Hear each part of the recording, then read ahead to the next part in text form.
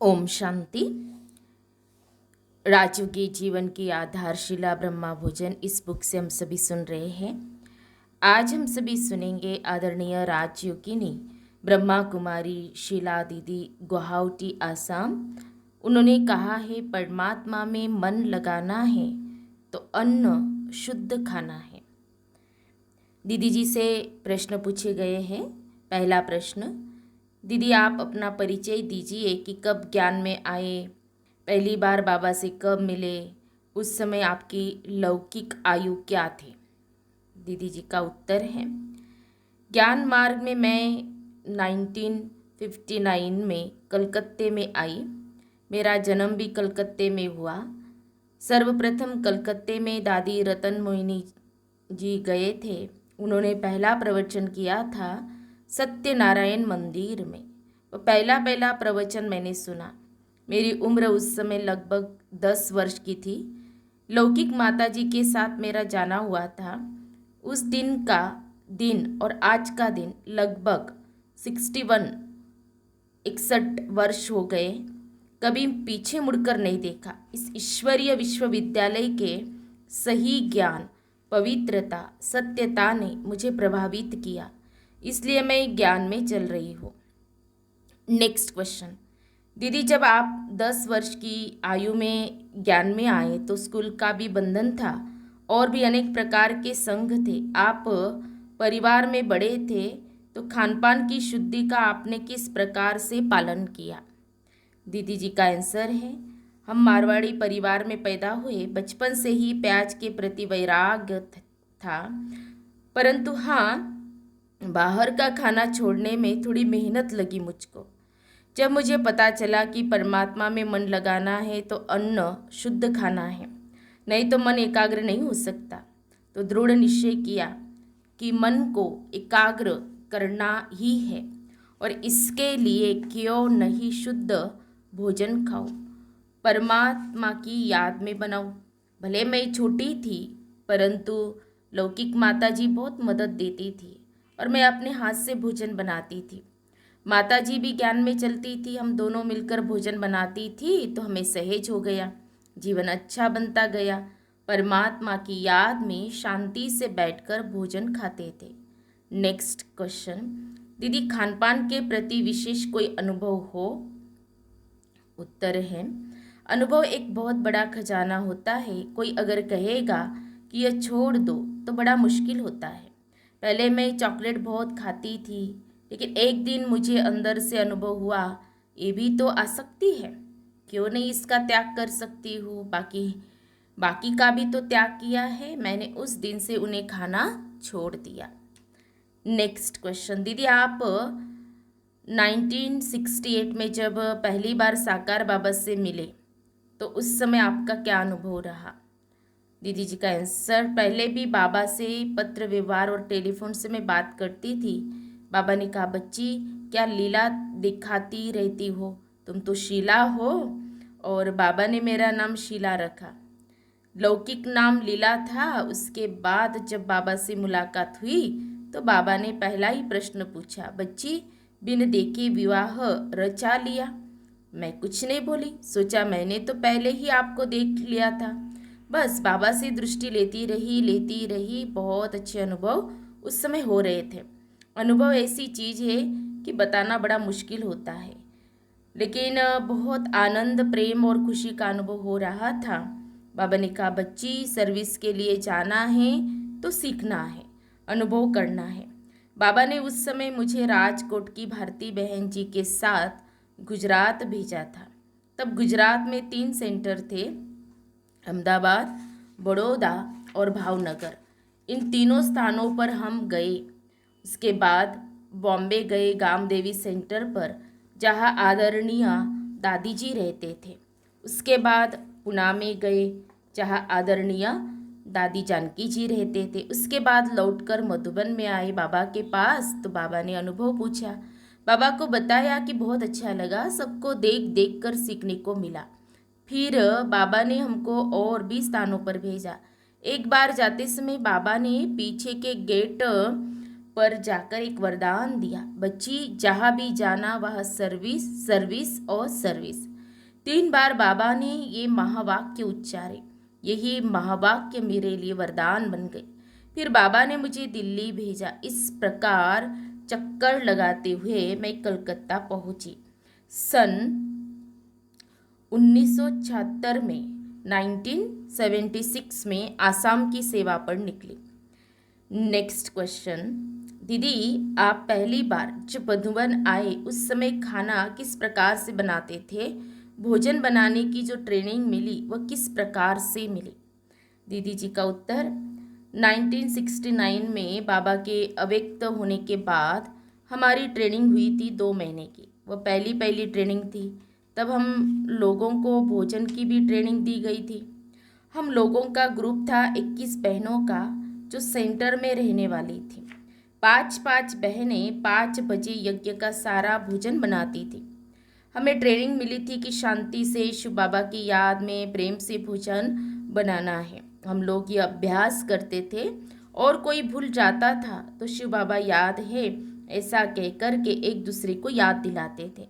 बाबा की याद में भोजन बनाते थे। अच्छा लगता था, थकावट इतनी नहीं होती थी। नेक्स्ट क्वेश्चन, दीदी जब आप कलकत्ता से आसाम गए तो खान पान चेंज हो गया। वहाँ पर किस प्रकार से अपने को एडजस्ट किया? वहाँ शुद्ध खान पान किस प्रकार से सबको सिखाया? दीदी जी का उत्तर, असम के लोग बहुत सहज और सरल है। हाँ, भोजन के लिए थोड़ी दिक्कत होती है। जब उनको यह पता चला कि यहाँ नॉनवेज छुड़ाया जाता है तो डर के मारे कई आते नहीं थे। उनको हम कहते थे हम छुड़ाएंगे कुछ नहीं, आप आकर कोर्स कर लो। हम छोड़ने की बात आज तक भी नहीं कहते हैं।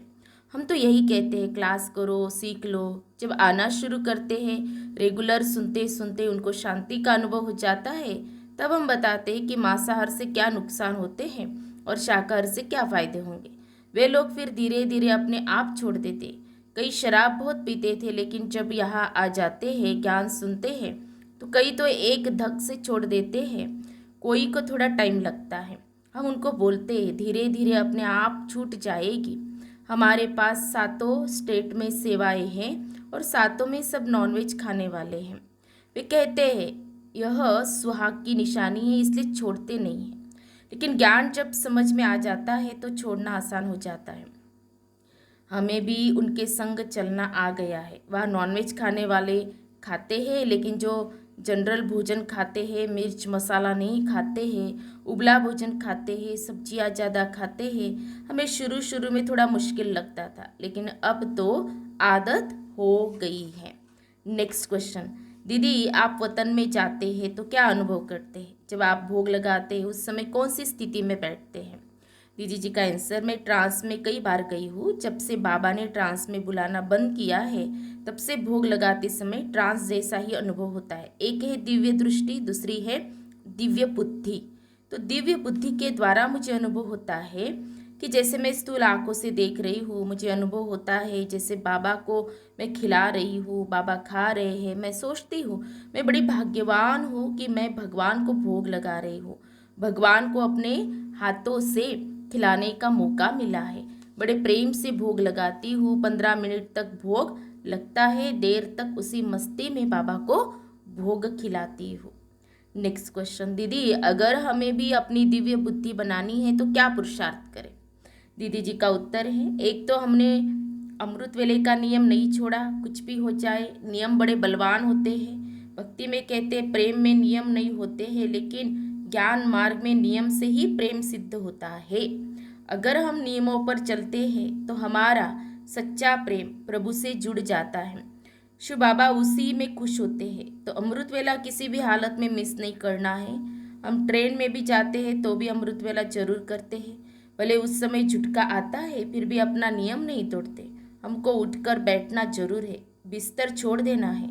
दूसरा, मुरली मिस न हो, चाहे ट्रेन में हो चाहे कहीं पर भी हो, मुरली मिस न हो, यह ध्यान रखती हूँ। तीसरा, मैं बाबा की याद में भोजन खाऊं, ये लक्ष्य रखती हूँ।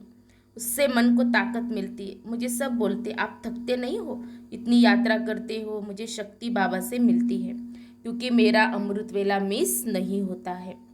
नेक्स्ट क्वेश्चन, दीदी भोजन करते समय आप किन बातों का ध्यान रखते हैं, कौन सी स्थिति में रहते हैं, किस प्रकार के संकल्प करते हैं? दीदी जी का उत्तर, मैं सोचती हूँ मैं इस शरीर को खिला रही हूँ, बाबा ने स्वीकार किया है, माना मुझे भी स्वीकार करना है, जो भोग लग गया उसे खाना है। नेक्स्ट क्वेश्चन, दीदी क्या मशरूम वेजिटेरियन है, यदि हाँ तो फिर क्यों नहीं खाते हैं? दीदी जी का उत्तर, वेजिटेरियन है, मैंने अपनी आंखों से देखा है, उसकी खेती हमारे भाई लोग भी करते हैं। धान के पोवाल के अंदर बीज डाल देते हैं, पानी डालते रहते हैं, लटका देते हैं। हमारे यहाँ सेवाधारी है विमल भाई, उसने तो बहुत खेती की है, उसमें हाई प्रोटीन होता है। मैंने ये समझ रखा है कि योगी लोगों को इतना ज़्यादा प्रोटीन नहीं खाना चाहिए। योगी जीवन में जितना हम हल्का भोजन खाए उतना हमारे लिए अच्छा है। इतना प्रोटीन खाने से ताकत नहीं मिलती मन को जीतने के लिए। मन चंचल होगा तो दृष्टि बदल जाएगी, फिर ज्ञान मार्ग में चलने में बड़ी मेहनत लगेगी। इसलिए मैं मशरूम कभी नहीं खाती हूँ, न्यूट्रोला भी नहीं खाती हूँ, क्योंकि हाई प्रोटीन है। उसको हजम करने के लिए अपनी इतनी एनर्जी क्यों वेस्ट करो? नेक्स्ट क्वेश्चन, दीदी आजकल पानी खरीद कर पिया जाता है, फिर फ्रूट जूस कोल्ड ड्रिंक आदि क्यों नहीं खरीद कर ले सकते? दीदी का उत्तर है, मैं बाजार का बिस्कुट कोल्ड ड्रिंक नहीं लेती हूँ, चॉकलेट नहीं खाती हूँ, लेकिन पेट में तकलीफ के कारण मिनरल वाटर जरूर पीती हूँ। मैं जहाँ भी जाती हूँ सबको पता है कि मैं बिस्लरी वाटर ही पीती हूँ। हर एक का अपना अपना पुरुषार्थ है। नेक्स्ट क्वेश्चन, दीदी ऐसी कोई विशेष धारणा जो भोजन से जुड़ी हुई हो, सुनाइए। दीदी जी का आंसर, मैंने देखा है जो लोग भोजन का महत्व नहीं समझते हैं उन्हें ज्ञान मार्ग में चलना थोड़ा कठिन लगता है। ज्ञान का निश्चय उन्हीं को हुआ है जो अन्न की परहेज करते हैं। वे किसी भी हालत में बाहर नहीं खाते और पवित्रता का पालन करते हैं। किसी गृहस्थी के घर में बैठकर खाना नहीं खाते हो, भले वे ज्ञान में चलते हैं। कई लोग ज्ञान में बहुत पुराने हैं, फिर भी हम उनका भोजन स्वीकार नहीं करते, क्योंकि आखिर तो वे पहले लौकिक गृहस्थी थे। नफरत नहीं है, परंतु ऐसा लगता है कि इसका खाने से मेरा मन प्रभावित न हो जाए, इसीलिए नहीं खाती हूँ। लास्ट क्वेश्चन, दीदी शोध के अनुसार 95% 95% समस्याएं मन से जुड़ी हुई है, जो आने वाले समय में बढ़नी ही है। तो मन को एकाग्र करने के लिए विशेष भोजन पर किस प्रकार से हम अटेंशन दें?